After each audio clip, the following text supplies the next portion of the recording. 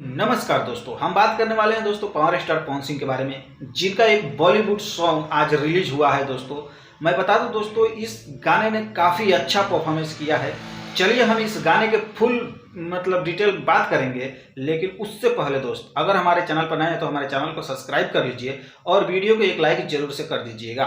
चलिए दोस्त हम बात करते हैं पावर स्टार पवन सिंह का जो ये न्यू बॉलीवुड गाना आया है दोस्तों, इसके बारे में। तो दोस्तों इस गाने का नाम है दोस्तों चुम्मा, और इस गाने में बहुत ही ज़बरदस्त तरीके से पावर स्टार पवन सिंह इस गाने को गाए हैं। और इसमें दोस्तों राजकुमार राव और पावर स्टार पवन सिंह का भोजपुरी ठुमका भी देखने को आपको मिल जाएगा, जो कि काफ़ी ज़बरदस्त है।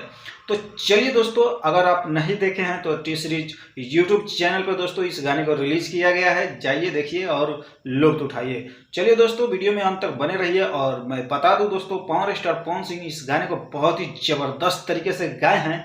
और बात करूं दोस्तों तो ये फिल्म का गाना है, जो कि राजकुमार राव का एक अगला फिल्म आ रहा है, जिस फिल्म का नाम है दोस्तों विक्की विद्या वाला वो वाला वीडियो।